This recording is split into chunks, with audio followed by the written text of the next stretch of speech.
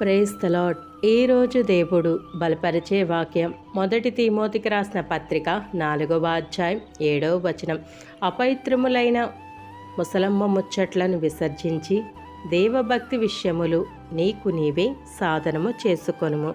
అవునండి, దేవుడి సమయమందు తన చక్కని వాక్కు ద్వారా మనందరితో మాట్లాడుచున్న మాట, అపవిత్రమైన ముసలమ్మ ముచ్చట్లను విసర్జించేవారిగా మనం ఉండాలి.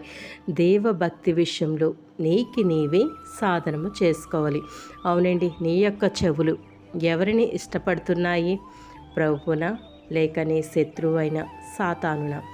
మనం నిజమైన క్రీస్తును నమ్ముకున్నప్పటికీ ఇంకా కొన్ని పాపములు మనల్ని ఏలుతున్నాయి. అందులో ఒకటి మన చెవి నుండి చేసే పాపం. ఎలాంటి పాటలు వినాలో కూడా ప్రభు మనకి తెలియజేస్తున్నాడు. ముసలమ్మ ముచ్చట్లు, ద్వంద్వద్దాల జోకులు, అసభ్యకరమైన మాటలు, సినిమా పాటలు, డైలాగులు విన్నప్పటికీ నీ చెవులు ఇష్టపడుతున్నాయేమో. వాటికి చెవి ఎగ్గితే నీవు సాతానికి చోటిచ్చినట్లే, దేవుణ్ణి పక్కన పెట్టినట్లే. అనుకోకుండా అలాంటి శోధనలు నీకు ఎదురైతే అక్కడ నుండి తప్పించుకోవడానికి ప్రయత్నించు. తప్పించుకునే అవకాశం లేకపోతే ప్రభుకి ప్రార్థించు.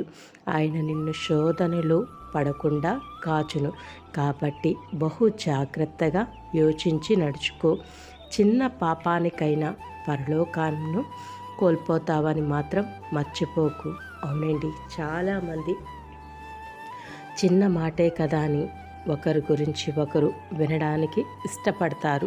అలాగే ఎవరైనా చెప్పినప్పుడు కూడా వాటికి స్పందిస్తారు. మనం అలాగూ ఉండకూడదు. కానీ ఇతరుల గురించి చెడుగా చెప్పే మాటలు వాటికి మనం చెవి ఒక్కేవారిగా ఉండకూడదు. కానీ వాటి నుంచి దూరంగా మనం వెళ్ళిపోయేవారిగా మనం ఉండాలి. అవునండి, అలాగూ మనం ఉంటే కనుక పరలోక రాజ్యంలో మనము స్వతంత్రించుకున్న చిన్న మాటే అని నీవు చెవి ఎక్కితే గనక పరలోక రాజ్యము కోల్పోతావని మాత్రం మర్చిపోకు. అవునండి, మనం చెవు వినేటప్పుడు, మాట్లాడేటప్పుడు బహు జాగ్రత్త కలిగి మనం జీవిద్దాం. దేవుడి కృపను పొందుకుందాం. దేవుడి వాక్యము దీవించి ఆశ్రయించును గాక. ఆమేన్.